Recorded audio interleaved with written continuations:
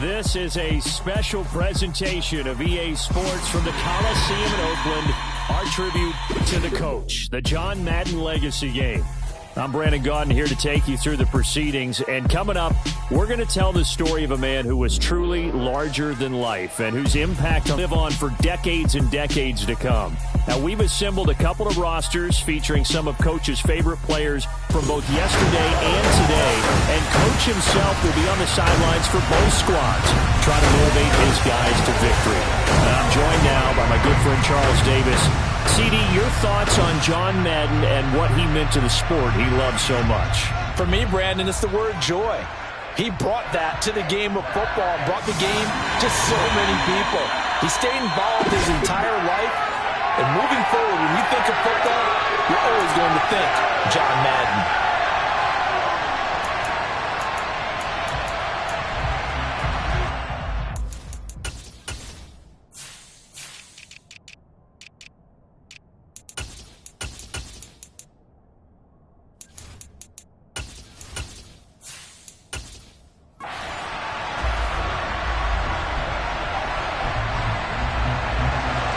Coliseum back to its original 70s glory. What a scene in the East Bay, and we're underway in the John Madden Legacy Game.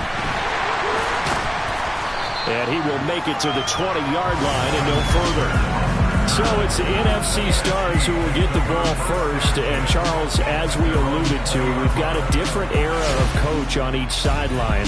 So the man coaching this NFC squad, we'll call him Young John Madden.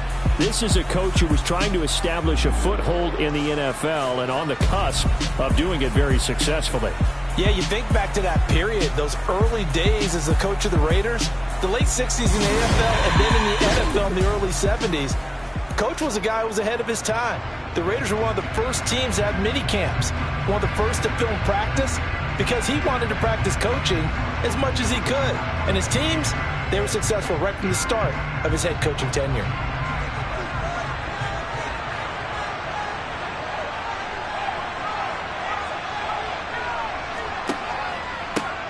They start on the ground here at Sanders. So as we mentioned at the top, let's take you through the life of John Madden. And, you know, it's very fitting that we're here back in the Bay Area, not just because John's so associated with Raider football, but also because this was where he spent his formative years. Yeah, he grew up over Daly City with his buddy John Robinson, who would also become an NFL head coach. And he played his high school ball at Jefferson High, eventually wound up playing tackle at the University of Oregon and later Cal Poly San Luis Obispo. Played well enough that in 1958, he was a 21st round draft pick of the Philadelphia Eagles. That's right, the draft took 30 rounds then. But Charles, you mentioned Coach was a 21st round draft pick back in 1958, was the Philadelphia Eagles who selected him. But unfortunately for John, knee problems, they just continued to dog him. He was hurt in his first training camp, actually never saw the field as a player in the NFL. But it was still during his time with the Eagles, you and I were talking about this before going on air, that you could start to see the light bulb going on for what his career path might entail. And it went on in a big way, didn't it? Because while he was rehabbing his knee, he started to spend a lot of time breaking down film with the Eagles with quarterback Norm Van Brocklin, the future Hall of Famer and future head coach in the NFL. Remember, Van Brocklin coached with the Falcons, he coached with the Vikings.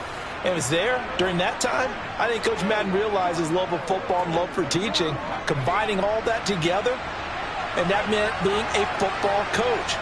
So in 1960, began his coaching career at a small college south of San Luis Obispo called Allen Hancock, and then later at San Diego State University under another legendary coach, the guy who could throw it around pretty well, Don Coryell. Charles, you know, it was in the early 1960s that a young John Madden made the acquaintance of the owner of the Oakland Raiders, one Al Davis, of course, and the two, they really bonded, would become one of the best owner-coach duos in NFL history. And to take it a step further, Al Davis became someone who John referred to as his best friend. Yeah, 1967, Brandon, Al Davis hired Coach Madden to be a linebacker. Touchdown! A great play there. 55 yards. And the NFC has taken the early lead. Bottom line, when you play a runner with these talents, you've got to be able to wrap up and get him on the ground. Or the first person who gets there, hold him up long enough for the next wave to get there and get him down. Otherwise, he will continue downfield and find pay dirt.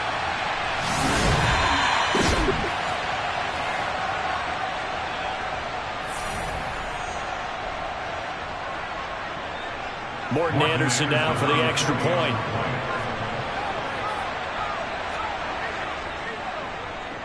His kick is good, and the NFC goes up 7-0. So the drive there, 5 plays, 80 yards. And Barry Sanders, the one to finish it off, as he does so with a touchdown run.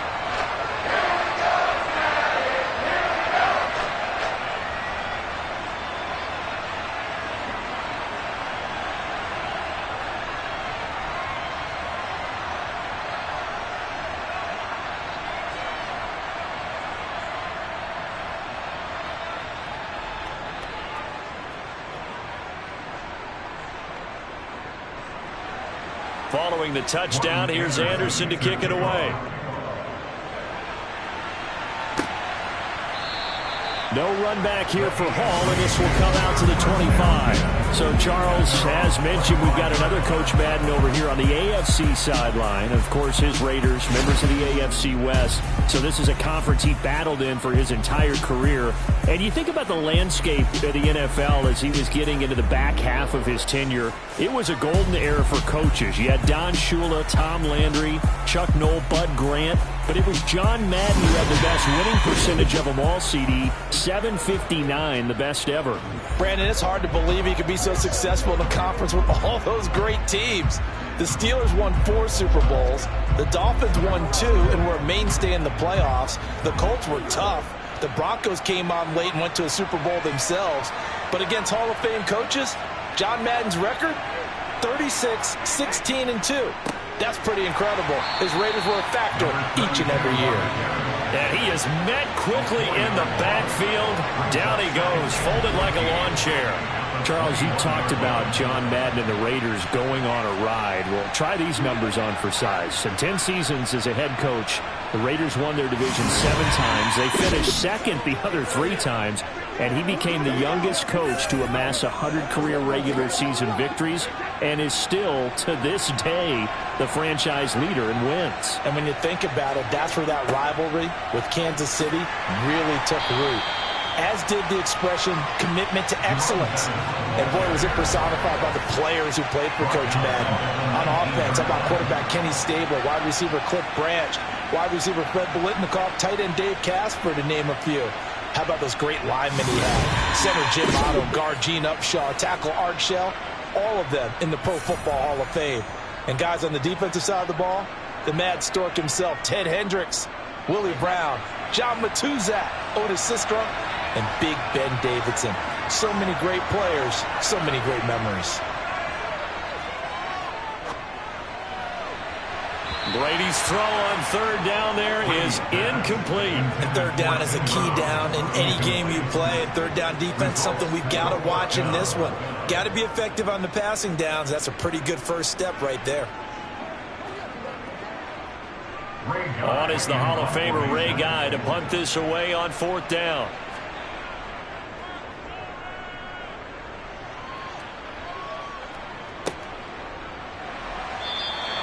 So just a 3-yard return following a punt of 45. And the NFC will take over 1st and 10. The NFC offense coming out here. And you know, Charles, Coach Madden always said that if he had one drive to win a game and he had to pick a quarterback, he would pick Kenny Stabler. But I think if you asked him to omit any of his Raiders players, there's a good chance the guy he'd select would be Brett Favre. Brett Favre is always smiling. He's always laughing. He's always talking to someone. He remembers that it's a game. And if it's a game, you should have fun. And Brandon, that always reminds me of a great movie line where one of the players was telling the coach, every time I say it's a game, you say it's a business. And every time I say it's a business, you say it's a game. With Coach, it was always a game. 1st and 10, it's Favre. Got a man, it's Randy Moss, complete. And they're going to get this up to midfield. Charles, you think about all the success that John Madden had as an NFL head coach, and he had plenty, and we talked about it, including the 10 straight winning seasons, a Super Bowl title. But like any great coach, he also suffered through a few tough losses along the way as well. And Brandon, those tough losses came in high-stakes games because they always had such great success. Think about it this way. 6 times in his 10 years, the Raiders were knocked out in either the AFL championship game or the AFC championship game. But might be a divisional round exit. That's the one that bothered him most of all. Three River Stadium, December 1972. Yes, the Immaculate Reception game. Franco Harris grabbing the ball that was deflected. Almost at his shoe tops, he picked it up and took it in for a game-winning score to give the Steelers a 13-7 victory. And partner, anyone who loves black and silver still doesn't believe that ball hit anyone in black and silver that day, and that play should never have counted. Well, the pressure gets home, and the AFC comes up with a sack. Javon Curse. Credit him with a sack as he buries him for a loss of 10. 1 quarter in the books at the Coliseum. What a day. The NFC Stars with the early lead in the John Madden Legacy game on EA Sports. We're backed up here. Tough spot, needing 11 yards to pick up the first. From the gun, it's Favre. Toward the sideline, it's complete. An athletic grab, but still well short of the first. That's going to bring up 4th down. Only a gain of 2 there. Was that a receiver? Yeah, actually it was. It was a running back who was a receiver on the play. Ike's been spending time in the receiver drills getting his feet down. Well, those guys out of the backfield, they got to be good, agile with their feet. He showed the agility there with a toe tap. No doubt about it. It's like he'd went to ballet school. Got the toes down and stayed in bounds. Well, the AFC making their way out, and it's one of Coach's favorites, another local guy, Tom Brady, who will be at the controls. And boy, Coach always admired the way number 12 could run an offense, and especially his ability to stay calm under pressure. Tom Brady is a guy who's always looking downfield. He never looks at the rush. He hangs in the pocket, and he makes a throw. He's a cool guy. He's a tough guy. Let me tell you, there's no one calmer in the pocket than Tom Brady. And I know that Coach has a great appreciation for Tom Brady, who turned 45 back on August 3rd, because Coach coached a guy like him in George Blanda, who played a long time in the NFL. In this game, it features legends and active players. Tom Brady qualifies as both. Brady now on 1st down. Under a heavy rush, and down he goes. That's the Hall of Famer Lawrence Taylor doing what he does best. The CD, we spoke of some of the Raiders' tough playoff losses through the decade of the 70s, but for one shining season, they put it all together, and that was 1976. You remember a 13-1 regular season, a memorable playoff win over New England. They dominated the Steelers 24-7 in the AFC title game, and then a meeting with the Minnesota Vikings in Super Bowl 11. Oh, Brandon, what a game that was down at the Rose Bowl in Pasadena. A gorgeous 53-degree day, perfect for football. Raiders got out to a 16-0 lead at the half, and Clarence Davis, no relation, although I would certainly claim it, strong on the ground, 137 yards rushing. How about Freddie Biletnikoff, the MVP of that game, catching everything that came his way? Kenny Stabler running the offense with precision, and we all remember the one that sealed it. The grand old man himself, Willie Brown, with the laser-focused eyes, picking off Fran Tarkenton and taking it 75 yards for a touchdown. 32-14 the final score. Raiders have their first Super Bowl title, and we got the iconic shot of Coach Madden being lifted on the shoulder pads of his players and carried aloft as a Super Bowl champion. As a defense, you're more balanced when you're in zone coverage because you're able to keep your eyes on the quarterback and see the play develop in front of you. They're able to keep the quick pass in front of them and stop it right at the line of scrimmage.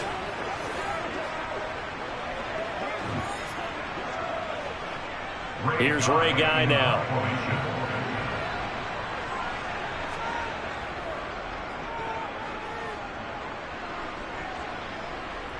Fair catch called for and made at the 16 or maybe the 17-yard line. Now the NFC heading back out. Hall of Famer Randy Moss, a part of this offense. And Coach Madden, boy, he always appreciated the ferociousness with which number 84 attacked the football in the air. As Randy Moss says, just chunk it up there, dog, and I'll go get it. And, Coach, boy, did he ever go get it. Over 15,000 receiving yards, 156 touchdowns. And how about this? From his rookie year of 1998 until 2009, those were his prime seasons, right? He led the league in touchdowns 5 times, but even more so. He showed us all how to go up and get it. Great body control. No one's ever done it better playing the ball in the air.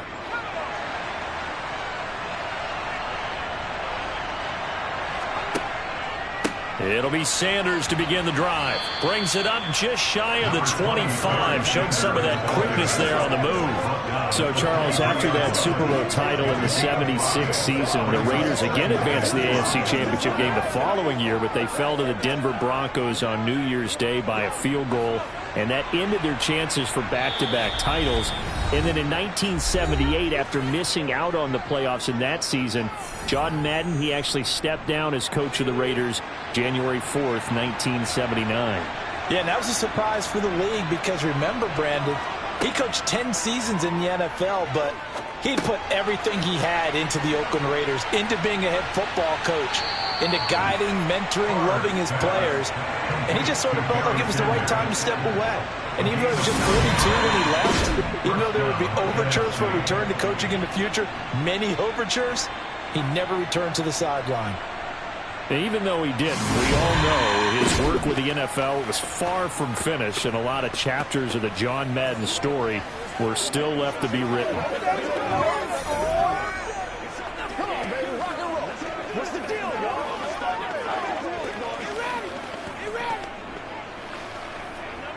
From the 32 now, here's 1st and 10. Now Favre. Connecting with Kupp here on the out route. And he's going to be out up around the 45-yard line. 13 yards, and it keeps the drive moving. Well, that certainly has to feel good. It's not all the time that the play caller should get all the credit. Sometimes I think in the huddle, the quarterback just says, hey, who's going to make a play for me? I just need something right here. And the end result there, nice first down. Drive keeps moving.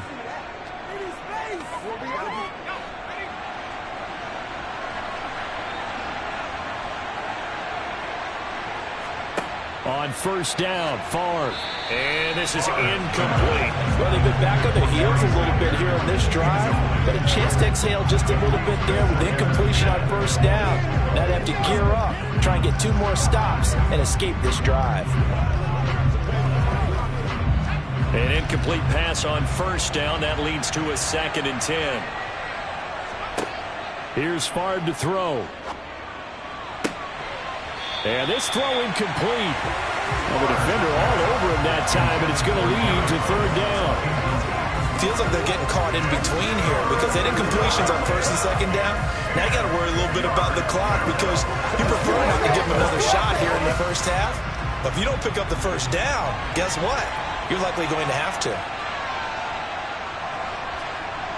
Throwing is Favre. And able to haul it in is Kittle. And he'll be brought down just shy of the 40.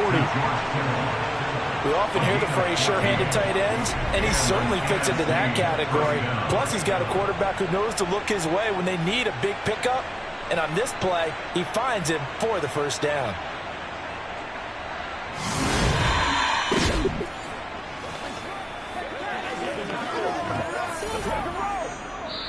Now the NFC going to call the first of their 3 timeouts, as they'll stop it with just over a minute to go before halftime.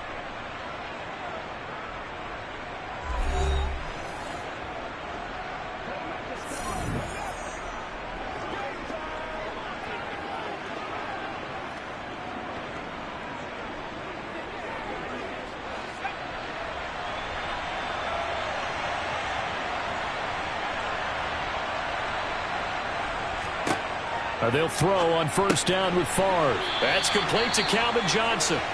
Now another timeout called for by the offense, as the stoppage will come with a little under a minute to go in this 1st half.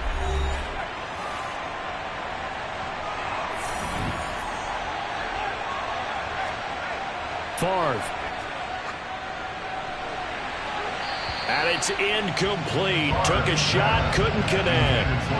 I see the surprise in your face there, partner. That is a rare incompletion from him. He's been on point this entire game. He has percentage completion-wise way up. Not that time. Here comes play number 9 now as they come up on a 3rd and 3. To throw is Favre. He's going to drop this down to Sanders. And they're going to get this down inside the 20. So many times in my career, I've heard coaches talk about completions are one thing. As long as we're there at the catch and we get guys on the ground, we can live with that. But if you're going to give up 10, 12, 15 yards after the catch, then your defense is going to be in a lot of trouble. Let's go.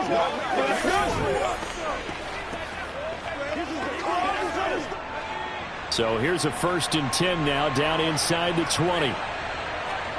From the red zone now, they'll look to throw. And that's going to be caught. Touchdown NFC. Calvin Johnson as the first half is winding down. And they are able to add on to their advantage. And that's certainly an important score right there because they gave themselves a 2-score cushion heading towards halftime. Now you got to force the other team out of their comfort zone, and it changes the way you approach the second half as well. How you want to do things on offense, and your defense feels much better too, having that lead.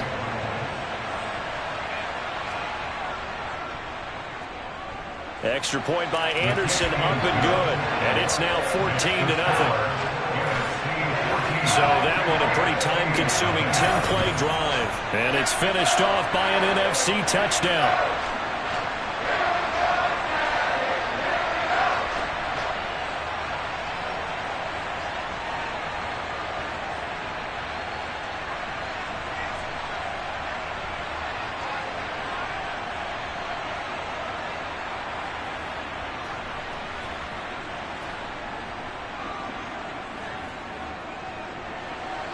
So not much time to speak of remaining in this first half as the kick's away. This taken in at the goal line. And he'll be brought down right on the chalk of the 20. The AFC offense heading back out. You know, Charles, Coach really loved to utilize his tight ends in the passing game. You think about Dave Casper, Hall of Famer for those great Raider teams. And I think he saw a lot of Dave Casper in an all-Madden staple, Tony Gonzalez. Tony Gonzalez is the type of tight end I think everyone's looking for. He's a guy that can make some big plays from that tight end position. Let me tell you, you better make sure you have him accounted for on every play. And that's exactly right, because Dave Casper, he could shred defenses down the middle of the field. And that's exactly what Tony Gonzalez did in his entire career. A 14-time Pro Bowl selection. Only Tom Brady has more. There's 6 guys in the 15,000-yard receiving club. He's the only tight end in there. Tony Gonzalez, every snap you had to know where he was because he could make plays short, medium, and long, and often put the ball in the end zone. 2 yards on the carry there, and it'll be second down. Coming up in the second half, we'll run through John's post-coaching triumphs. But for now, we present a special tribute to the man of the hour, narrated by the Raiders' own Trey Mosley.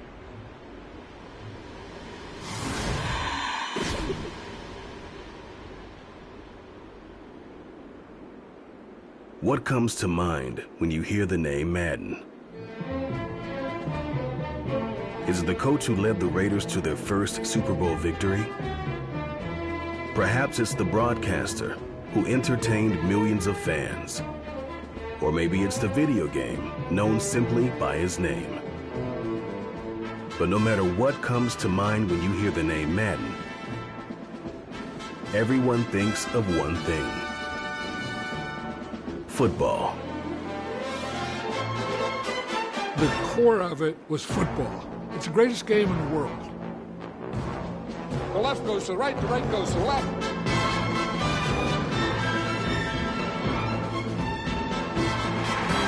Madden is on the field. He wants to know if it's real. John Madden goes on the shoulders of his players.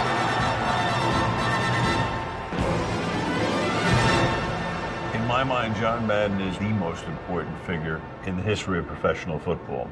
Show me somebody else who did it on 3 levels the way John did it. There's nobody.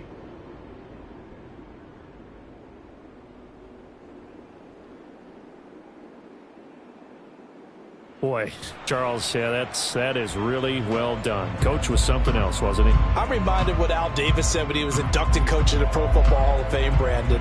He loved the game. He loved his team. He loved the Raiders. He loved this league. And you can see it with everything he does. No doubt. But it's quite possible, though, that now he would say, hey, enough of that. Let's play some football. The second half forthcoming from Oakland.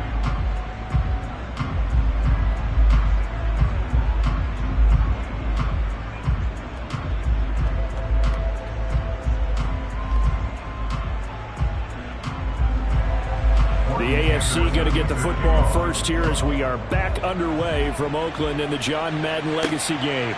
Dante Hall going to bring it out of the end zone.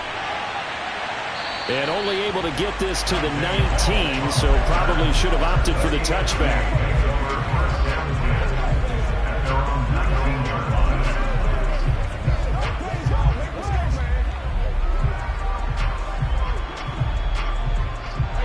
The offense for the AFC set to go now.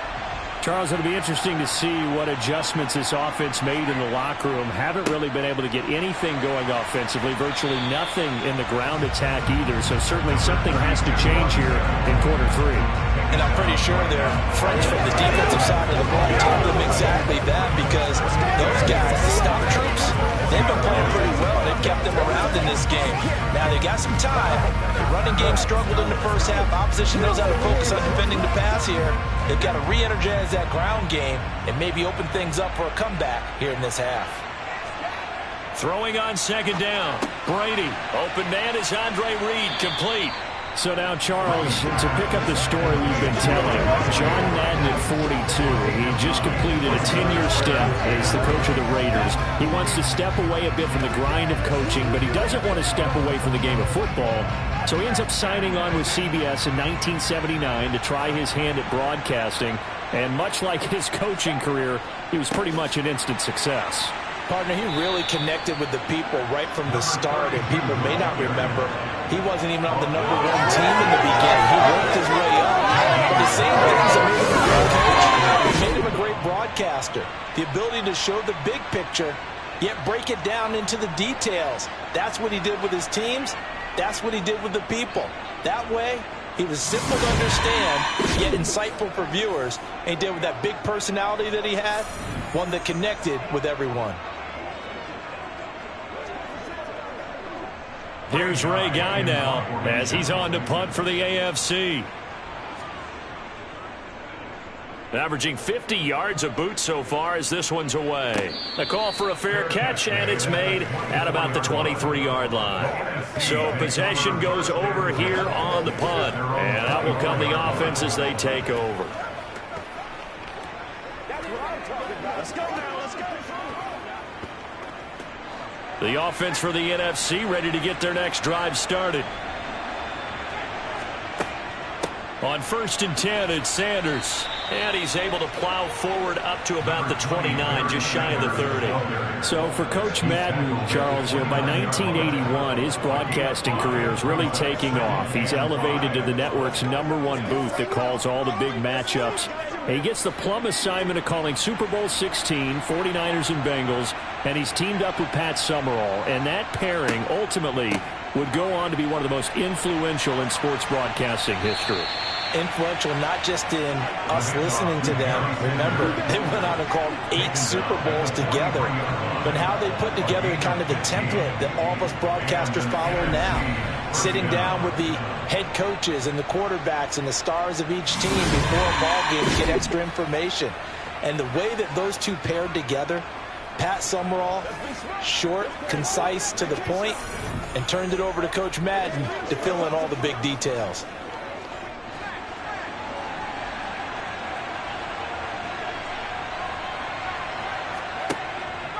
Another run here with Sanders, and he stopped immediately there.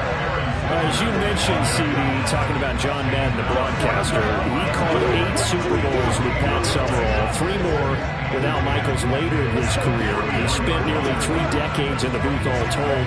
And not only was he beloved for his mannerisms, we know that, but he was an innovator as well. Yeah, Brandon, you talk about things like the telestrator, which totally became identified with him. And now it's a staple for all analysts to have in the booth. And then you think about things like turducken on Thanksgiving. When you use words like boom and pow. He helped create the old Madden team. He's a very popular commercial pitch man. And even the Madden Cruiser was unique, and you had to be someone to get a ride on it, too.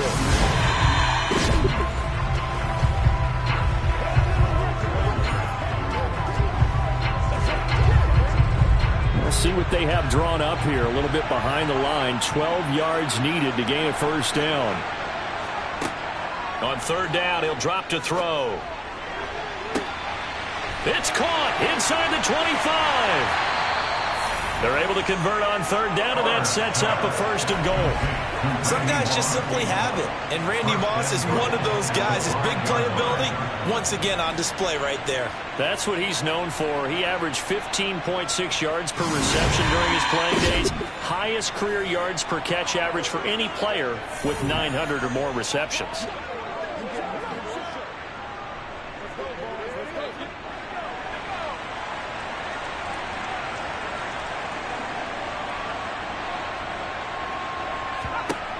From the shotgun, it's Favre.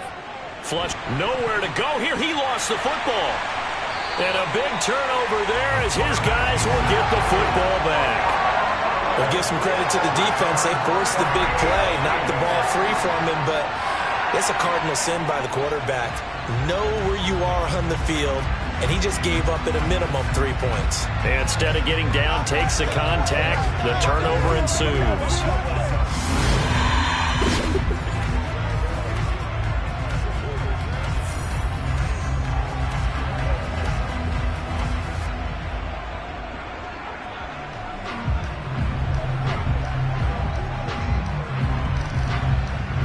The AFC offense set to take their next drive. And still no points on the scoreboard. You're coming off of the 3 and out. They're just looking for anything to grab onto right now, aren't they? I'm wondering if someone's going to take charge in the huddle. You know, we always look to the quarterback, but sometimes it's another player on the team, a star, a veteran, someone with some excitement and energy. It's like, all right, guys, let's shake things up and let's go, because they still have an opportunity to make things happen. Shake it off. So through 3 quarters of the John Madden legacy game, it's the NFC stars and young Coach Madden on top. And we'll be back to the Coliseum after this. The run got 4. Now they deal with a 2nd and 6. To throw is Brady. And Reed with it over the middle. And he's going to get this one across the 30-yard line. Now, CD, we did get a little ahead of ourselves talking about John Madden, the broadcaster in the 90s and 2000s, because there was another product during that time period that he became quite famous for, and something that you and I know a little bit about, and that's the video game that bears his name. Originally John Madden Football when it was first released back in the late 1980s, and now known the world over simply as Madden. And Coach saw this originally as a way to teach the game of football. The early designs were for a 7-on-7 game, but he said no chance. He would not sign off on it. He wanted to be as realistic as possible.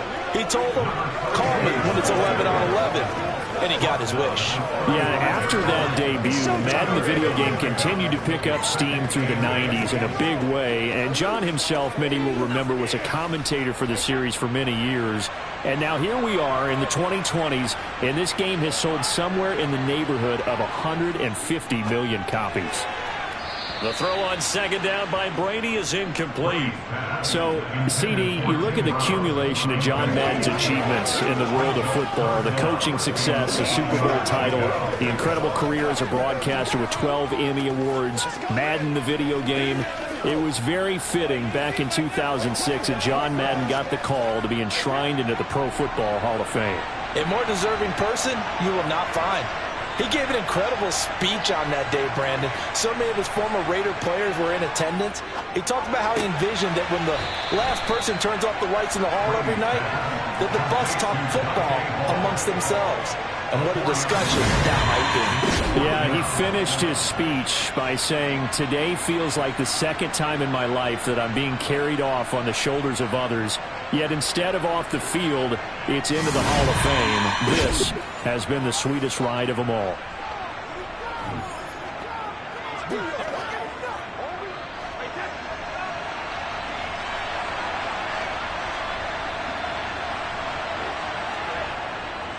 They'll run for it. This is Allen. And some good acceleration there as he's across midfield to the 48-yard line. You think about John Madden in his retirement years post-broadcasting. He was about as active as most people are in their working years. I mean, he continued to play a key role on the NFL's competition committee. He was available to a wide range of people as a tutor, as a mentor. He continued to teach the game of football to all who would listen. And, Charles, as you and I know, he even continued to provide input, a lot of input on the Madden video game. Yeah, I know a lot of folks that design and build this game certainly look forward to their yearly visits out to the Madden compound that he had out in the East Bay. They pitch the new aspects of each year's game to him, get his feedback, and then get to sit back and spend 6 hours with him on a Sunday, watching football and listening to him tell stories and talk even more ball. It had to be an incredible experience for all involved. And Brady's throw there, incomplete. So it looks like they still have some fight in them on this series because it seemed like things were headed for the red zone. But if this defense gets 2 more stops, they can keep them out of that area. Brady's incompletion on first down leads to a 2nd and 10. They'll set up a throw. And that is incomplete. A lot of force bearing down on him there. He could not hang on. It's 3rd down. This has certainly been a physical game so far. Limited scoring opportunities for both sides. And there's another chance that goes unfulfilled. This offense was on the move. Now 2 straight incompletions have them looking at 3rd and 10. Brady to throw again. And that's incomplete.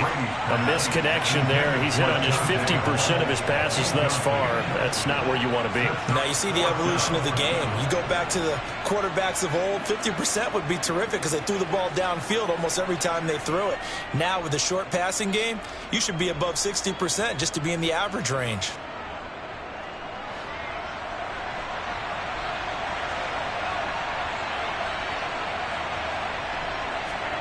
Now Brady got to have this one. And it's incomplete. They cannot convert, and they turn it over. The AFC went for it, and it doesn't work out. And as a result, possession switches hands. So now with a little over 2 minutes to play, the road back gets very difficult. Difficult, but still not impossible if they go ahead and play this thing out. Now the defense has to come up big. They've got to go for a strip of the football on each and every snap to try and give themselves a chance.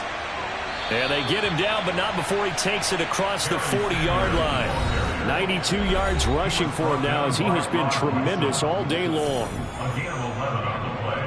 So it's the NFC with the football as we welcome you back.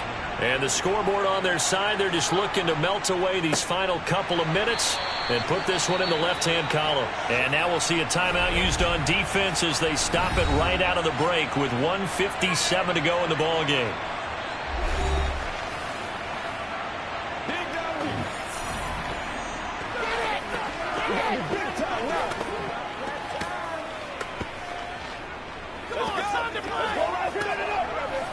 Another running situation on the doorstep as they come up 2nd and 10. They'll go again with Sanders. And they'll work this down to the 40-yard line, tackled there. Now the AFC going to take a timeout. It's their 2nd. That'll leave them with just 1 remaining in this 4th quarter of play.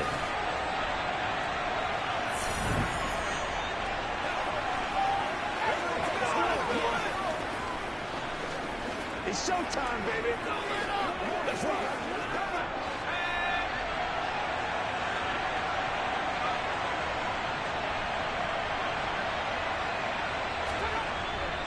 Up the middle they go with Sanders. And he'll get what he can up the middle, 3 yards. That'll bring up 2nd down. Now a timeout called for by the defense as they'll talk things over prior to this upcoming 2nd down play.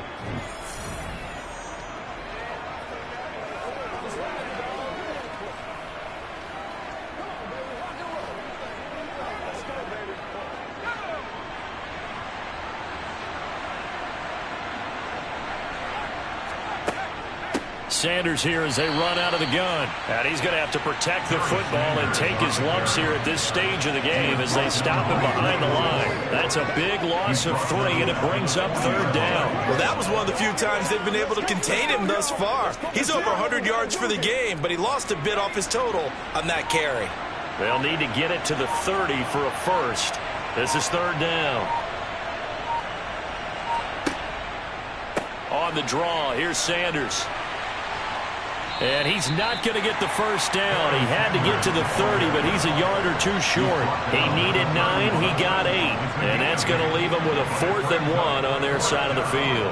This late in the game, Charles, I think you maybe seriously have to think about going for it. Especially where they are in terms of field position, because this is almost like no man's land.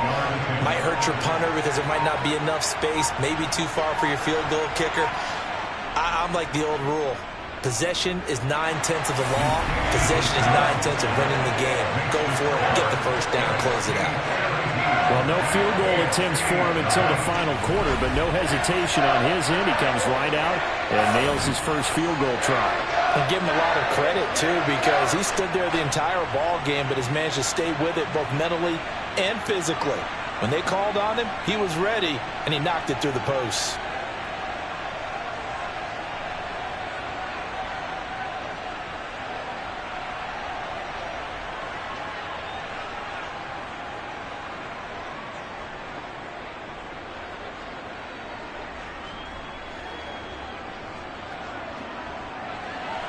After the made field goal, Anderson back out to kick it away. This fielded right at the goal line. And he won't get this to the 20-yard line as he's down at the 19. AFC takes over 1st down 10 at their own 19-yard line.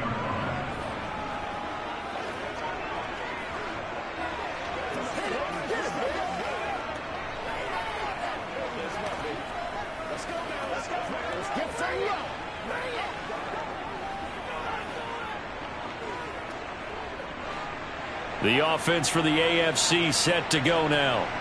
Well, it's been a struggle so far for this offense, Charles. It's not only that they haven't been able to put the points up, but really stringing yards together has been a real issue for them in this one. I'm so glad you brought up the yardage, because I was thinking to myself, we've seen a lot of NFL games, and we've seen our share of lopsided contests, but in almost all of them, both offenses have put up at least 200 yards in a game, but not in this one. This has been a display of offense that, frankly, I think the two of us have watched from behind our hands, trying to spread our fingers wide enough to actually see the result.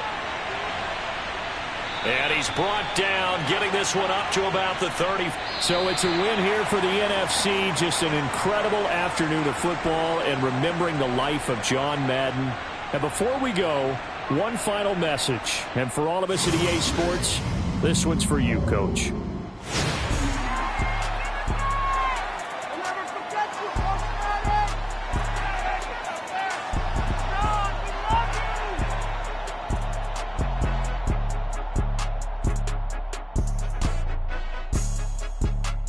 I just say this, I thank you all very much. This has been the sweetest ride of them all.